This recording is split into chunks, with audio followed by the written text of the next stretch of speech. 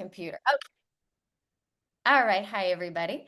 Today is how to fight fair, navigating conflict without losing connection. So this is a really, really good topic because a lot of people either uh, fight to win, like you might be my partner or my friend, but I'm gonna win this fight and demolish you. That's one way of fighting. Or some people immediately shut down and don't listen. So they really struggle with actually gaining, a connection and communication because they're so shut down. So if you had to think about yourself, which one are you? Are you or do you just avoid it? Maybe that's the third option too. You're like, no conflict at all. In your mind, what are you? Like more avoidant, more I'm gonna murder you, or, you know, defensive and this is your bullshit and I'm the victim. Yeah, win or avoid. When I was younger, I was like a win at all cost. My parents taught me that, and it turns out not a great way to be in a relationship. Okay, so I'm gonna share my screen with y'all.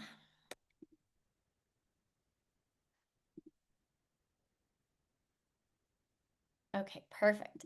So for those of you who are new here, I always just tell you this little bit at the beginning is that if you want to ever get any coaching outside of this free course, if you want to coach with me or you want to have a relationship coach, you get $50 off with this discounted code, sorry, at Relationship Hero. So you can click on that, you can ask for me personally, or you could work with anybody else, but it's a great way to get one-on-one care. Okay, so let's start about the conflict topic. Um, in any relationship, we're going to have conflict in every relationship. Uh, Friends, coworkers, romantic, even just like random people in the grocery store or whatever, you could just have random fights with people. And it's not a sign of dysfunction, it's just like a sign that you both care or you both have a different perspective of the situation. So I'm a big fan of conflict because this is how we grow. So it's not the worst thing in the world. If you can conflict with kindness, then we're on the roll. This is like the best way to be. So we're going to conflict with kindness. And then that's having power. That's how we maintain our power. So let's kind of go through and see the areas of life that this can affect all of us, just little by little. So let's say in a romantic relationship, you might feel like a lot of resentment towards your partner. Um, and so when you start to have a fight, you might not make it to the end of the conversation. How many of you guys have had a fight and you never solve anything, but you're able to like be irritated or pissed off at them for a very long time, but there was no resolution? So that can just chip away at your connection if you're always like pissed or holding a grudge. At work, it could be with bosses or coworkers. You might have a feisty coworker or somebody that's not pulling their weight. Could be with friends or family. I find conflict with friends to be the most uncomfortable. It makes me I get so awkward because I love my friends and I don't want to make them feel bad, but that doesn't mean that they're perfect. And so I find that that's the one where I get a little wiggly on.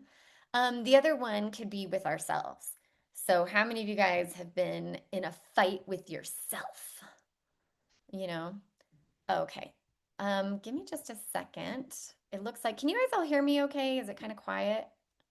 Okay, so maybe if you're the person who can't hear me, you've got to turn up your speakers. Okay, thank you. So, anyways, so how many of y'all feel like you can have conflict with yourself? Yeah, me too. Holy cow.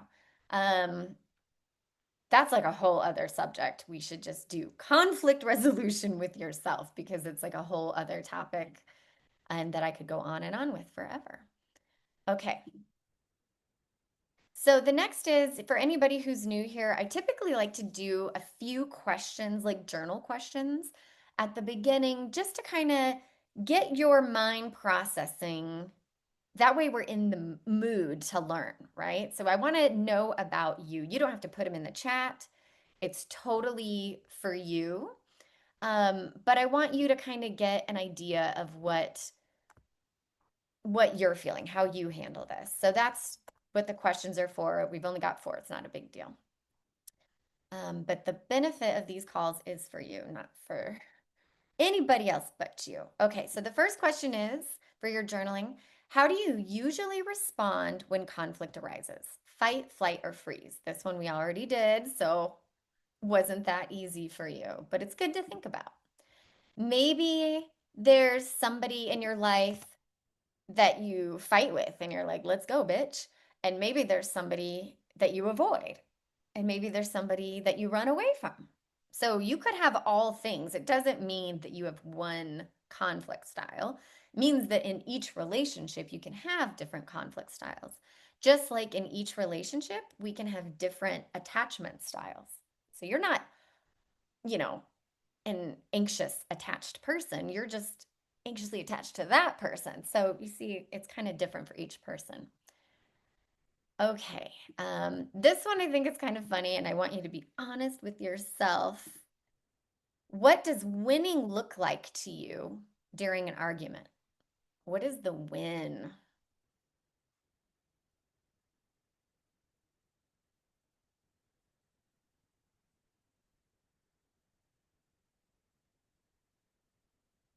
At least being heard and not invalidated. Ooh, Derek, you know your shit. Yeah, Patty too. I just want to be heard and understood.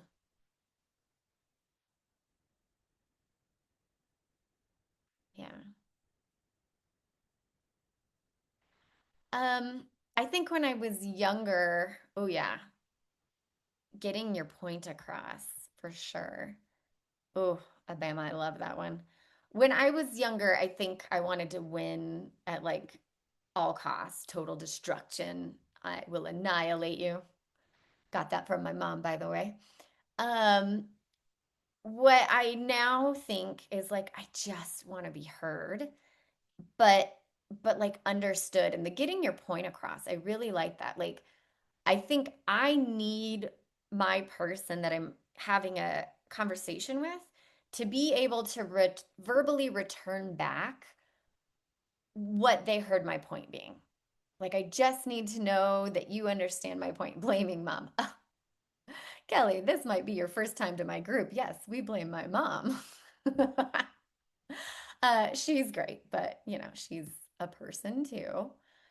Okay, next question is this is a really good one because we learn by example when we're little tiny humans. How did your family handle conflict when you were growing up?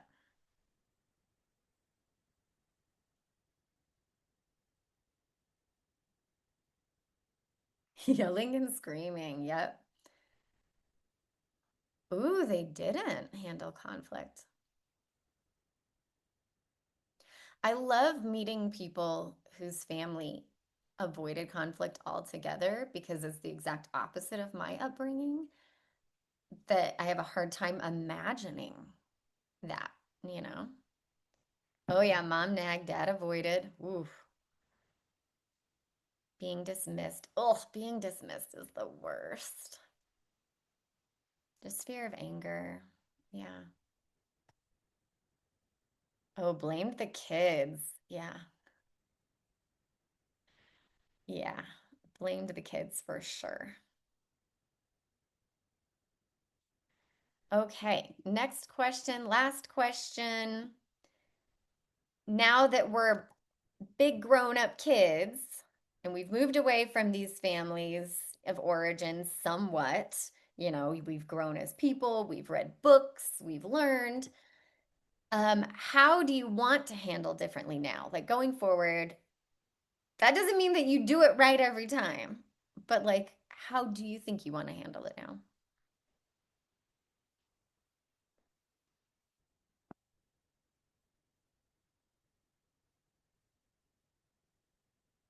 Rational listening and understanding. Do I support alienation of parents? Depends on the parent, depends on you. There are plenty of people who can make relationships with their parents work, and there are plenty that can't. Um, and I personally don't believe that just because you're blood, you need to be like on the hook for everything. But, to each his own. So it's not for me to decide, it is for you to decide. Okay.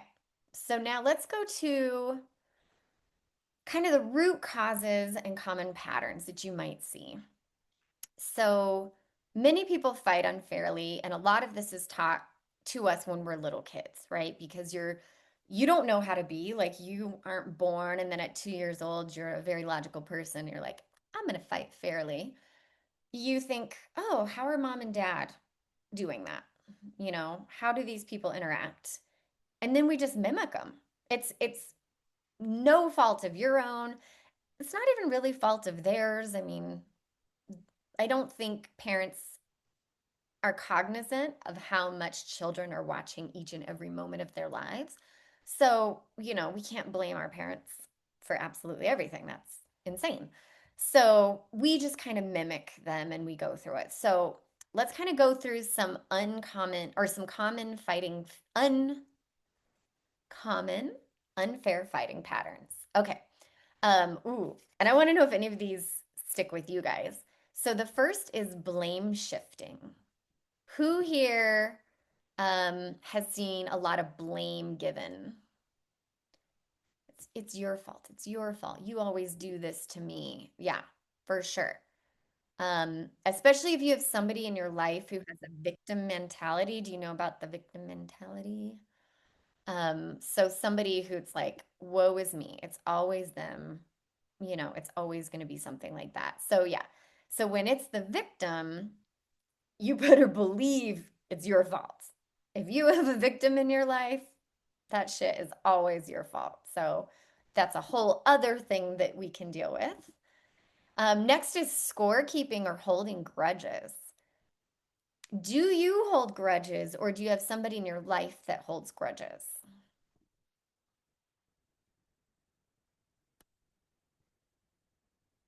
Yeah. Yeah. My mom to this day still brings up shit that my dad did in the 70s. She's like, in 1974, and it's like, he, what are you talking about? That's been so long ago. Um, because of that, I don't hold grudges because I watched that. So, like, if my husband does something dumb, it's just, we move on. I can't remember anything. I could care less to hold any kind of negativity in my own heart. Like it's up to me. Okay, the next one, which is really kind of brutal. How many of you guys have experienced the silent treatment? Or if you're willing to admit it, do you give the silent treatment?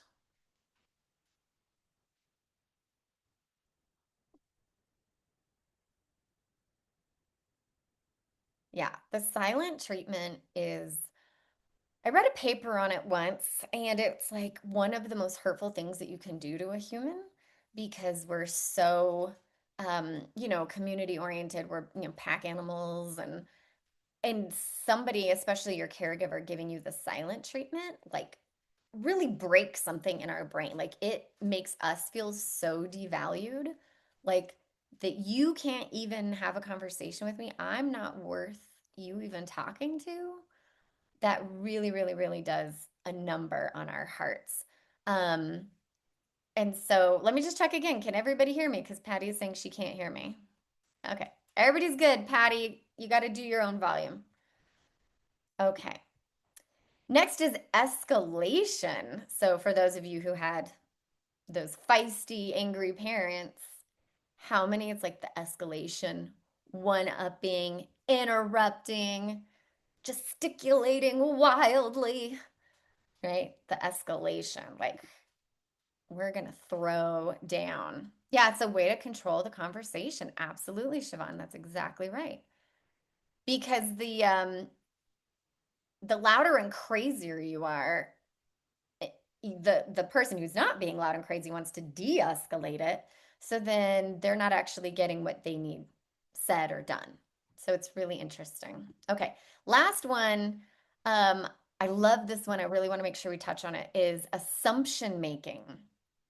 So I think everybody is guilty of this. How could we not? Because we're perceiving the world through our little vortex.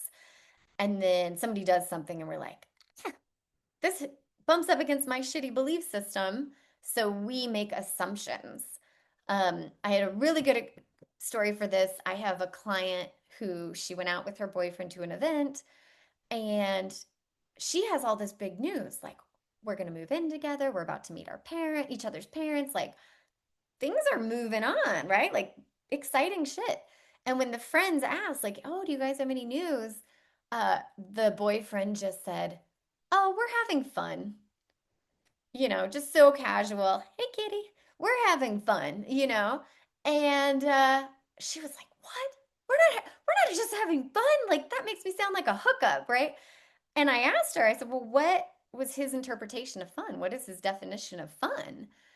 And she went and asked him, and for him, the idea of them getting married sounds so fun. So it was everything she wanted, but he didn't say it the right way. And so she was like, this guy. But for him, he was like, oh my God, we're having fun. Like, we're going to move in, we're getting married. But he didn't go on to explain that. Like, to him, fun is a great word. He thought that was enough. I think that's such a good story for telling that.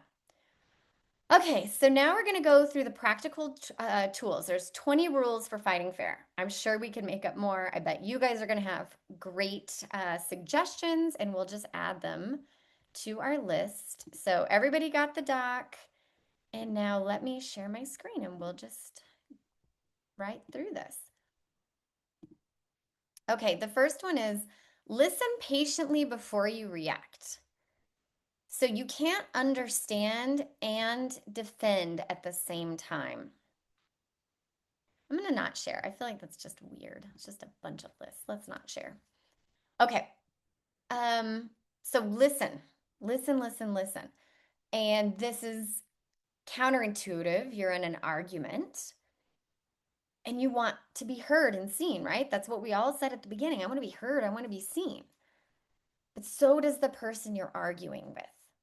So this is a great opportunity for you to be a bigger, better person and give them the floor first by remaining calm and just being compassionate and grounded. Go ahead, honey. Tell me everything that is happening right now. And let them be seen and heard first because it's exactly what you want, right? So it's showing by example. So how does that one sound for you guys? Like being able to listen and be the person that's making that person feel seen. That feels amazing. Yeah, mutual respect. Exactly.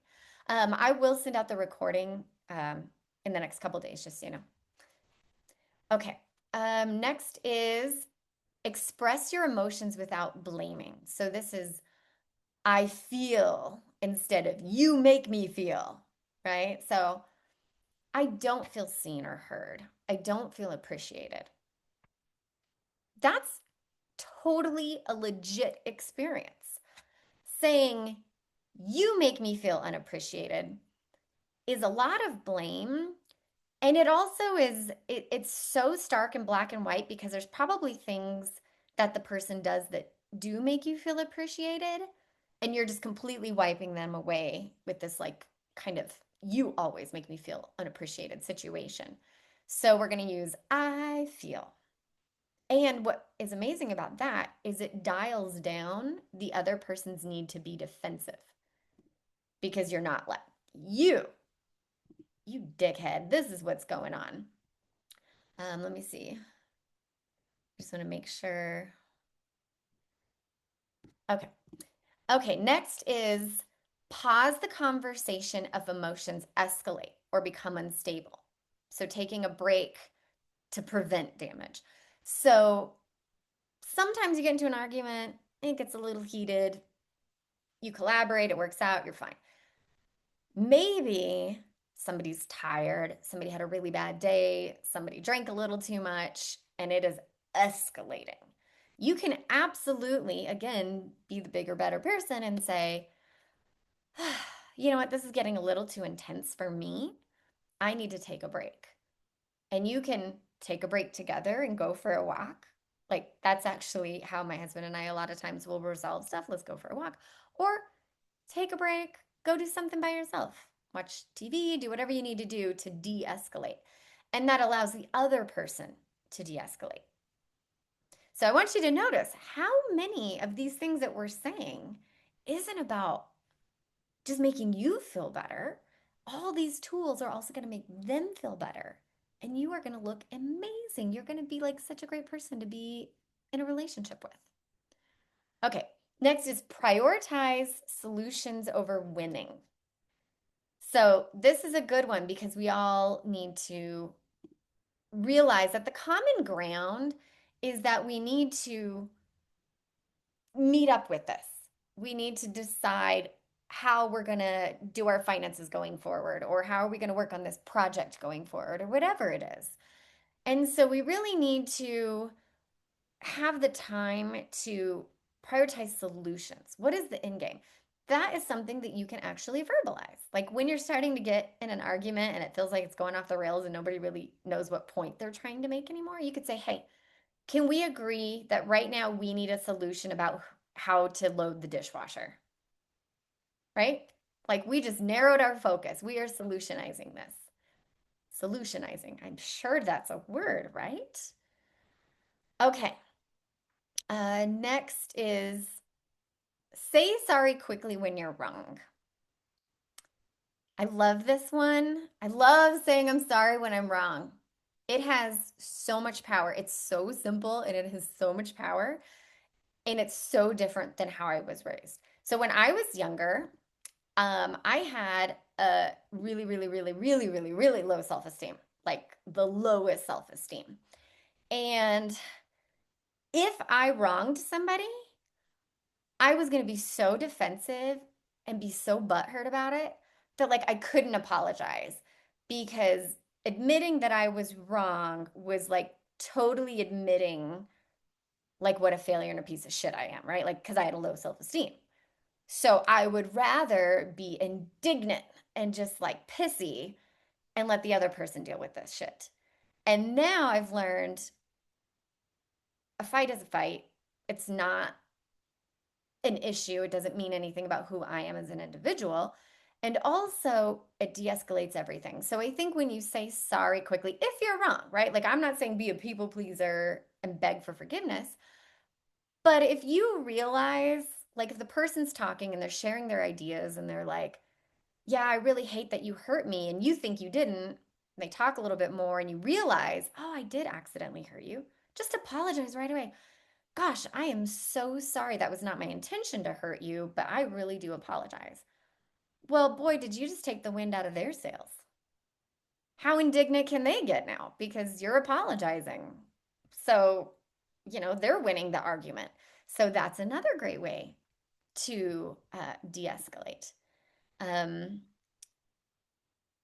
I saw a question. I want to make sure I'm also getting the questions. Um, One says, how do you handle an impasse? So if you get to a conflict that you cannot talk your way out of at that moment for whatever reason it's not working, that's when I would do the prioritize a solution and come around to say, hey, do we agree that we need a solution on this? Yes, we agree we need a solution. Okay, great. Then work out a schedule. Like, could we each come up with 5 ideas to fix this solution by next Thursday? Like, it's crazy, but we could just use our words and make plans and just say, okay, we're at this impasse. We can't seem to get to this point. So let's sit on it. What if a person never apologizes or makes excuses? Um, yeah, so that person who never apologizes or makes excuses would probably have a bit of a victim mindset. So that's something that if these are people you want to stay in your life and they are a victim, you have to accept it or move on, right? If somebody can't take responsibility for messing up something, they're not going to take responsibility for their entire personality, which is the victim mindset, right? Like, they're not going to be like, well, I'm right about the dishwasher, but you're right. I totally suck. Like, that's never going to happen. So, if this person is never going to apologize or take responsibility, but you want them to be in your life, then that's where you get to practice acceptance. Not everybody's going to change, not everybody's going to grow, right? So, you've got to be like, okay, I accept this, right? I accept how this relationship goes, this interaction goes. And maybe you minimize the instances that you know could bring up fights. So these are things. I hope that answers your question. Same thing if they're only interested in being right. Same thing. We've got to be able to accept and move on. Um, okay, my fear gets in the way of staying calm and I'm able to listen. Ooh, I like talking about the fear. I think we should talk about the fear at the end, um, because I think that is really good for everybody.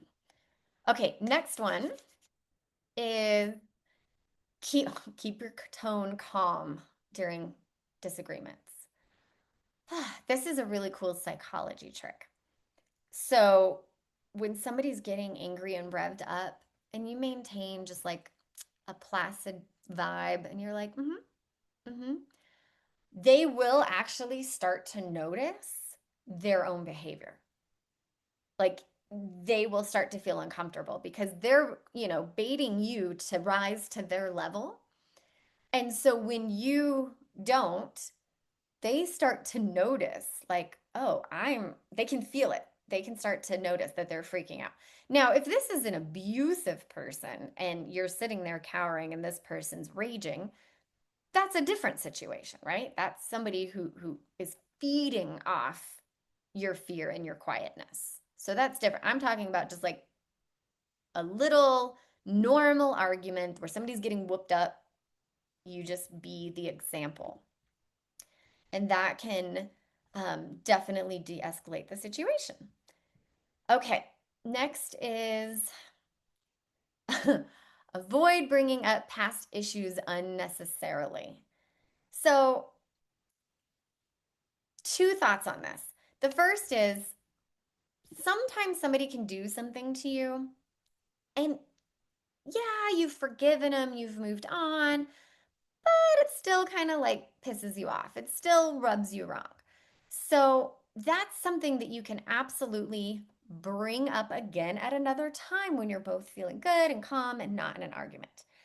But when you're like in the heat of a moment, we're fighting about whatever, that's not the time to be like, and you did this 5 years ago, and I hate the way you chew. No, like, no, no, no. One fight at a time. How do you deal with someone who wants to address an issue immediately, but you need to take time? Okay, perfect. Um, the other person perceives your need. Okay, I love this question. Let me say it out loud. How do you deal with someone who wants to address an issue immediately, but you need to take a break and the other person perceives your need to pause and is dismissive? The best way to do that is to put the focus on them and say, Mark, I really care about you. I really care about your friendship. But honestly, I get a little overwhelmed during disagreements. And so I need to take a minute to regroup. I'm not avoiding the discussion. Let's plan to come back and talk in an hour. But for a minute, I'm feeling a little overwhelmed. I need to regulate, you know? So that's the way that you could do it without then saying dismissive and you put it on them. Mark, I love you so much. I really want to hear your point of view. I really want to understand where you're coming from, but I'm a little too upset right now to hear you properly. Okay? I'm a little too upset. I need to be in the right mindset. Okay, give me just a second. Okay. Excuse me. Um, the first one is a lot. I mean, the number 8 is a lot like the first one. See their point of view before defending yours. So that's the same thing about listening. So when we want to be heard, let them talk first. I mean, within reason. Like, I'm not saying be a pushover, but this is about having great arguments. So let them talk and then try to get their point of view first. Oh, okay. Oh, I have a really good example. Um, I came home. I was in a 13-hour conference last week, 13 hours away doing women's business conference. It was so fun. And I get home after 13 hours and like my kitchen was destroyed. And I'm a very clean person. My kitchen is like full of shit. And I was just like mad at my husband. I was like, what the F, dude? Like, I've been gone for 13 hours. You couldn't like put the dishes away? Like, what the heck? And I acted like the asshole because I didn't take the time to pause and figure out the situation. He had a really, really, really, really, really awful day. And he wasn't managing his time well, and it was just a terrible day for him. And then, oh, hey, kitty. It was just a terrible day for him. And then now his wife comes home and is like pissed about the kitchen. And so I needed to take the time to first understand, well, hey, why is the kitchen dirty? Because like that's not like him. He likes a clean kitchen too. Why is the kitchen dirty? Um, just side note. Mark's cat stuck his head in Derek's video and then Derek's orange cat walked off and it was very funny. I got to see a little cat parade. Very cute. Okay. Um, Next one is pick the right time to talk about sensitive matters. So set the stage. Um, if my husband has been drinking, that is not the time to bring up serious shit. Not at all. Um, if I didn't sleep or I'm on my period, no, we will not be talking about that, right? So pick your time. So for me, I really like to have discussions on when we walk the dogs, because we're like out and we're moving our bodies and we're getting fresh air. And it's just kind of like a lighter environment than when you're like locked in the house looking at each other pissed. So pick the right time to talk about a sensitive subject and make sure the other person is in the right place, right? So when I came home and was pissed about my kitchen being dirty, I totally missed all the cues of my poor husband, like sitting on the couch, looking so deflated, reading his phone. Like he just looked so drained. And like, had I been more aware of the situation and not wrapped up in my own, 13-hour day, I could have seen that like he's going through something. And so this isn't the time to have a conversation about, hey, I really do appreciate if you clean the kitchen, right? I love teaching these classes because I'm still learning and growing. So I'm always like, oh yeah, I could have done that better. Okay, how's this landing for you guys? You guys feeling good? Are you getting stuff out of this? Okay, fantastic. Um, let's see. This one says, how do you deal with someone? Thank you guys for all the thumbs up. How do you deal with someone who refuses to discuss, hear, engage, and has such highly easily triggered boundaries and says they refuse to be made wrong when wrong? Means it might expose an unrealistic line and you can't cross it. Um, I know nothing about your situation, Barbara. I know nothing about you. But in my opinion, that is somebody that I would not want to engage with very much. Um, I don't know the story. This could be somebody that you're living with. I don't know. Um, but it doesn't sound like that person is wanting to be in a relationship with you. Um, not willing to do anything to have common ground. Um, that's just something that I'm seeing that I would hear, I work with clients all day, every day, so I start to see patterns. And if somebody is not willing to put in any of the effort,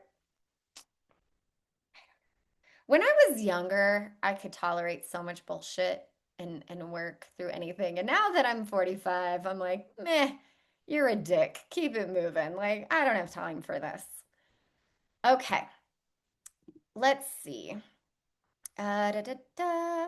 Uh, Remind each other that you're a team. This is like my go-to in my marriage. I'm always like, babe, we're a team.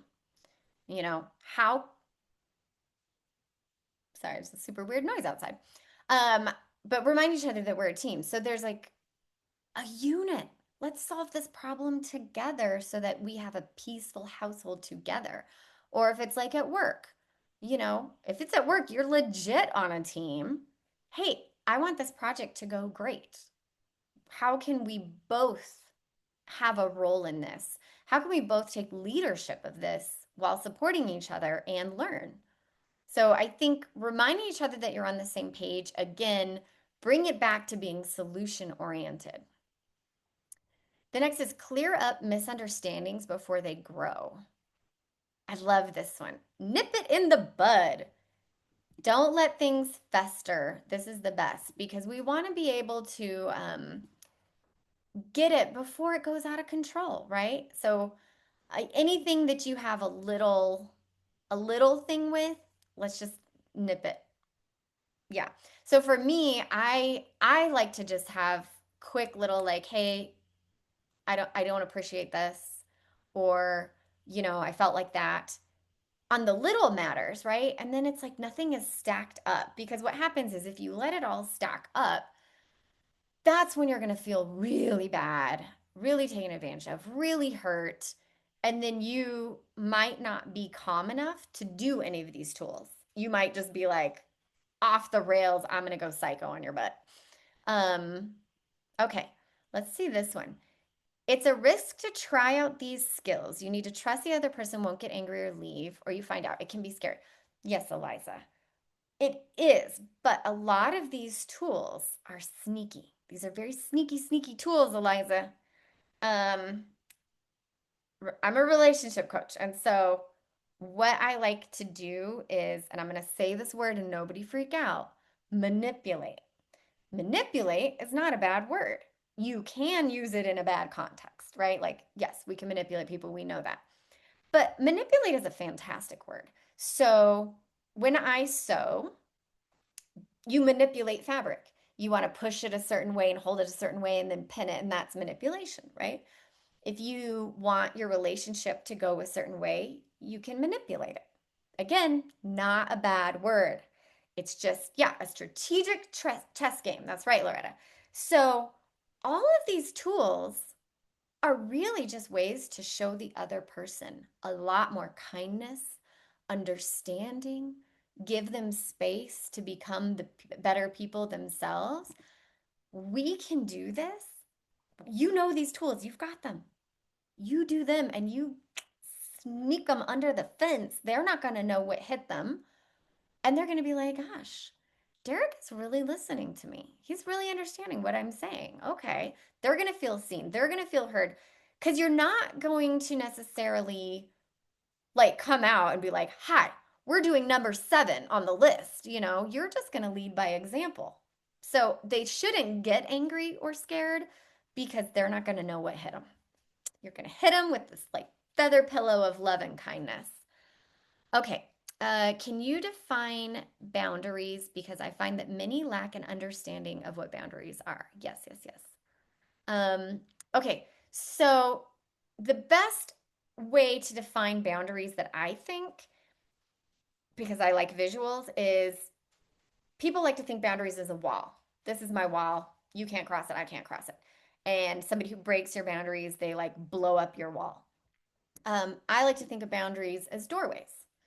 So you can invite people in. You can have a boundary that's like, I don't like to take phone calls after 8 p.m. because I want to settle down. I'm tired. I don't talk to people after 8 p.m.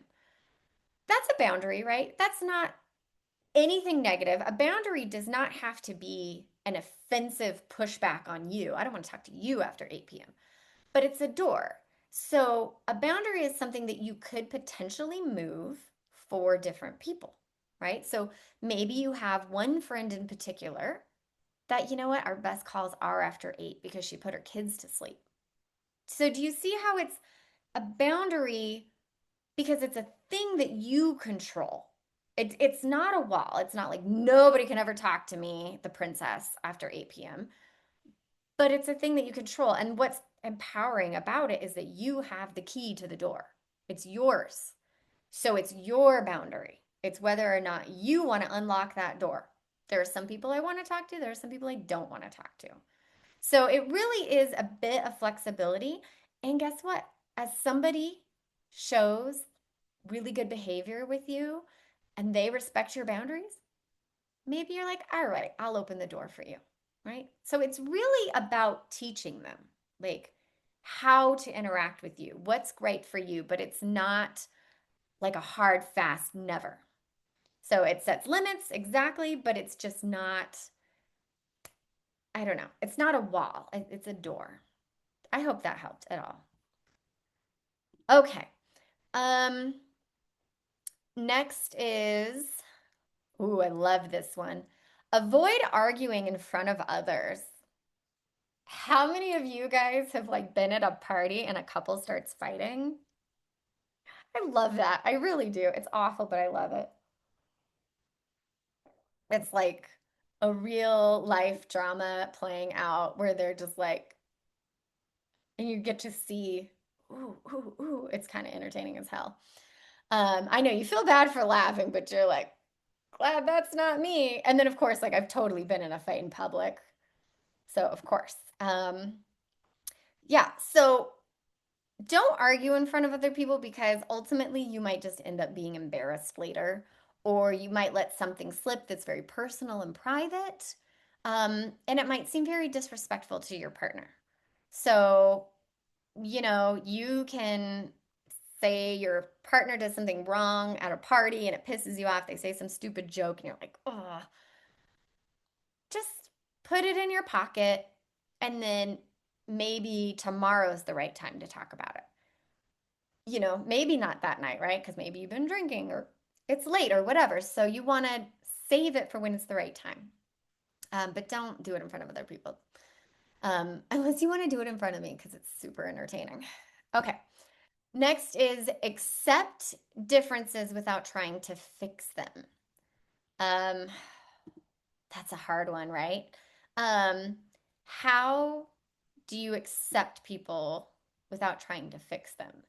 And my biggest tool that I use for that is like realizing that this person is another person with all their own beliefs, own perspective, own experiences entirely different than mine. And that person is not um, an extension of me. So, like, I think that's kind of this thing that we get into with people in our lives is, because we're all very, very, very self centered, right? Like, our perceptions, our beliefs, like, that's not selfish. It's just we're self centered. This is my body that I have to propel around the world. So you have this, and then you look at this person in your life. So, like my mom, I look at her as an extension of me, right? She's like this person in my life that I'm attached to forever, and she's a nut. And so, does that make me look bad because she's a nut? Or does that make me feel uncomfortable because what parts of her nuttiness are inside of me? So, I think of her as an extension of me versus, like, you know what?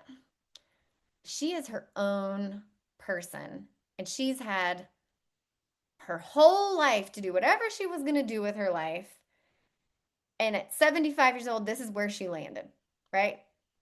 This is it. This is where she landed. This is who she's choosing to be.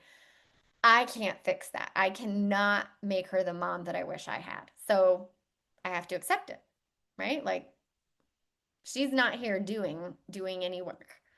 So we can't fix them, but we've got to accept the differences. You could use humor to ease the tension if you have a sense of humor. If you don't have a sense of humor, that might not be the right thing for you. I say that because I work with a lot of different people, and one of my friends in particular is just not funny. He wants to be funny with all his heart, but he's just not funny. And so it's like, okay, don't use that. But if you can make light of it, if you could say something simple like, I can't even think of anything right now, but something simple of like, we're not trying to win an award for winning this fight. Like you're not going to win an award for being a bigger asshole right now. So something to ease the tension, you know, whatever you can, just so it feels a little bit lighter. Um, Maybe a flip side to that one instead of humor is also just to do maybe like some somatic stuff with each other, like taking some deep breaths. That can ease tension. So sometimes when my husband gets upset, I'm like, hey, let's take 3 deep breaths and like clear it out before we focus on how stressful work is, you know? So you can use humor, deep breathing, anything like that. Maybe you go watch a TV show that's super funny and like that eases the tension. That always helps. Um, the Good Place always puts my husband in a good mood. Okay, next is focus on what you can control, not your partner. I'm gonna rewrite that. Hold on. Okay, so focus on what you can control, not controlling your partner. Does that make sense? Okay, so focus on what I can control. Well, I can control my reaction. I can control when I walk in and I see a messy kitchen. I don't have to be a jerk. I can control my expectation. I can control my response. So we have all of these things. I cannot control him. I can't control him. You know, I can hope, but I can't control him. Ooh, Atika wrote to communicate. I feel blank when you try to fix me. Ooh, that sounds like I missed something interesting. How do you handle the person who always wants to fix you? Ugh, yeah. Um, oh, I want to know so much more. Okay. So I like what Atika wrote, and she says, I feel blank when you try to fix me. So it's really the same thing. Like, I feel this. And they, that could lead to some really interesting conversations because I'd be curious to hear why does that person feel like they're in charge of fixing you? Or like, why would their worldview be so much better than yours that they could fix you? It's really interesting. Yeah.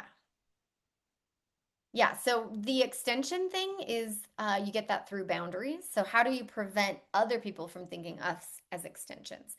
Um, that is setting up boundaries for sure. So like my mom wants me to be an extension of her, right? I'm her daughter and I am a raging disappointment. And so why am I a disappointment? Like I own my own business. Like I'm great. Like there's nothing wrong with me. You know what I mean? I'm not a drug addict. Like I'm doing great, mom.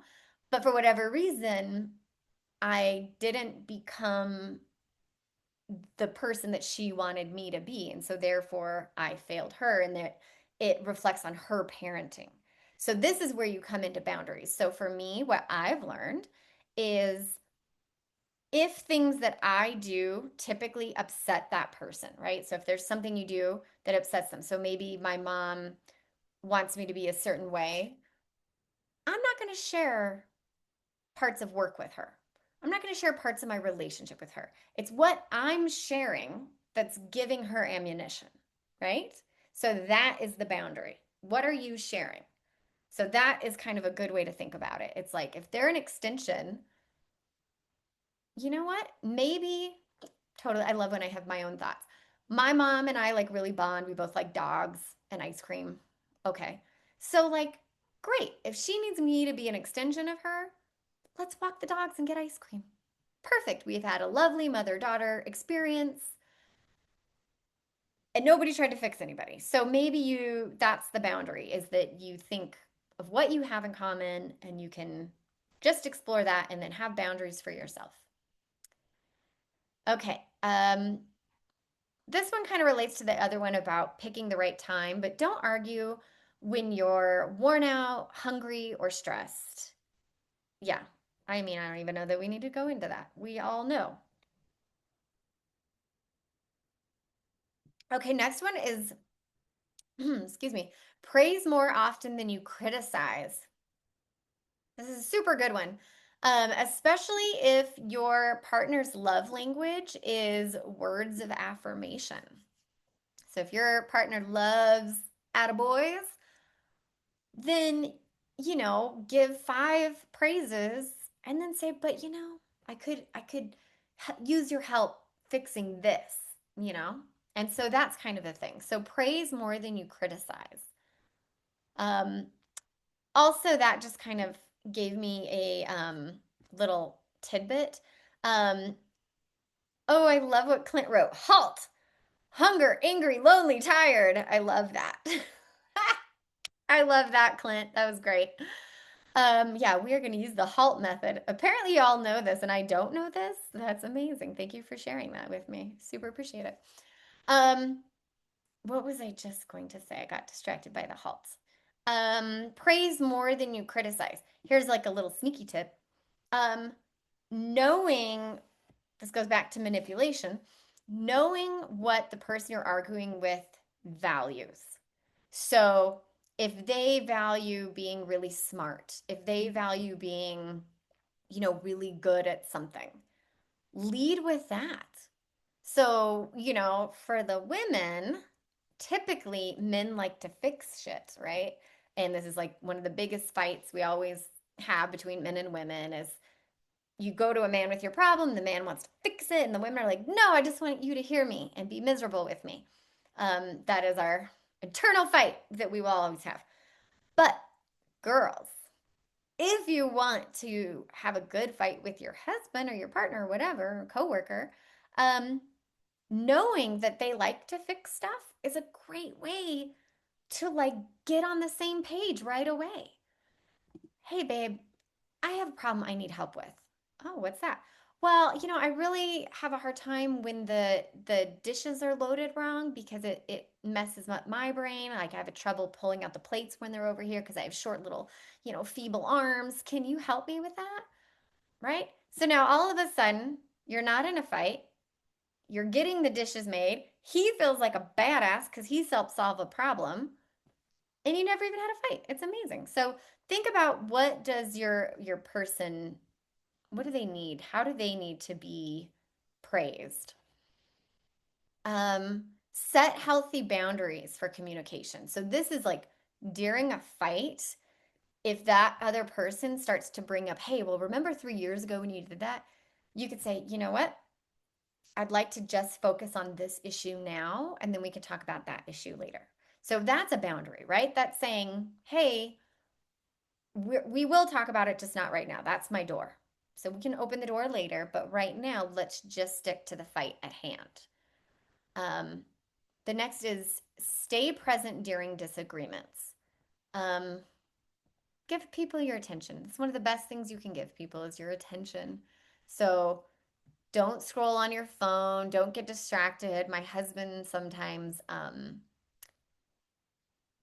don't know, when we get into a fight, sometimes he gets like antsy and he'll just start like walking around the house doing stuff. Like I think he's so uncomfortable that he's like, I don't know, I need to find the screwdriver. And he just like does weird shit.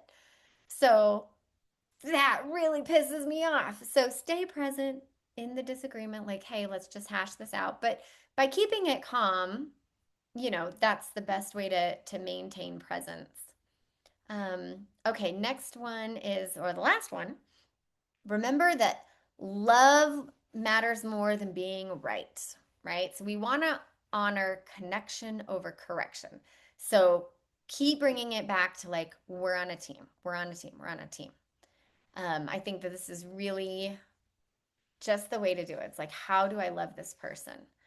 Okay, so we're going to do one more thing and then I'll stop the recording and then we will do some chitty chatting. Um, okay, give me 1 second here, guys. Ooh, I put in another thing. Never mind, we got 2 more sections. Okay, so the first is that we want to do the repair method. So let me share my screen so you guys can see what we're working with.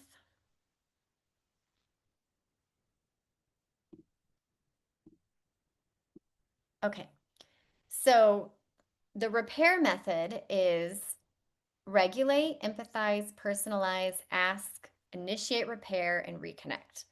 So there's a conflict. We're going to pause, we're going to breathe, and don't respond until your nervous system has calmed down. Then we're going to empathize, try to see their experience first before you defend, right? What's their experience? Personalize it. We're going to use I statements. ask, what are they needing right now? To be heard, to be seen, to be understood, to be reassured. Initiate the repair, so take ownership where needed. I care about this more than being right. Or I really want us to have a really great night and I don't want us to fight. How can I, fix this? How can I repair this? Next is reconnect, reaffirm the bond. Physical touch, humor, gratitude, a hug, a walk, whatever. So if you get anything out of this whole long-winded call, I want it to be the repair method because that's everything we just talked about in one little smushy little spot. Maybe we do halt and repair and make sure you're not hungry, lonely, angry, tired first. Okay, so now we're not going to necessarily go through these, but there's 11 uncomfortable questions to ask yourself when facing interpersonal conflict. So, I don't know. Are you guys in a hurry? Do you guys need to go or can you stay on for a few more minutes? Let's go through this. Okay, the repair method. Yeah, right? It's super easy. Put it on your fridge. We will be happy, healthy people. Okay, let's go through these questions then. Um, so these are questions to ask yourself when facing interpersonal conflict. So, with your aggravating parent, with your boss, with a shitty coworker, with your partner, with a friend, you know, um, think about that. It could be across the board. So the first question is, have I communicated what I'm feeling? Right? Not logically, like, did I communicate my point? That's true. That's a really good thing you want to do, but also your feeling because I think that's something that a lot of people can understand. Somebody might not understand your point because they're trying to work on their point. So logically, they want their point to work and maybe they can't connect on that. But if you're like, I'm feeling really sad right now. Well, shit, I know what feeling really sad feels like, and I don't want you to feel sad. So communicate what you're feeling. The next is, are there any lingering past issues that went unresolved that either of us need to acknowledge, apologize, or repair? So maybe you have somebody in your life that you just have like some tension with. Think about this question with somebody that you have some tension with. Is there any lingering past issues that went unresolved that either of us need to acknowledge, apologize for, or repair? Hold on 1 second. I got a doggy situation. Okay, okay, okay. That's cool. Hey, hey, hey. Sorry, guys. Daddy came home and the dogs are breaking out. No, we're not going to do breakout sessions for this one, Ham. This is just for our educational purposes. Um, okay, the next one is, um, am I working with this person? Am I working with this person or against this person? This one I actually use a lot for myself. Um, when I'm hanging out with my mom. This is the one I use. Um, because it's like, am I spending the entire time I'm with her being pissed off that she and I don't get along? Or can I just be like, hey, how can we have a really nice, pleasant dinner and enjoy ourselves and talk about a good show that we like? So am I working with them or against them? This is a good one for everybody to think about. Am I trying to control this person's thoughts, feelings, or actions with my own? So are you trying to control them? So Barbara asks, how far back do you go? How far back do you need to go, Barbara?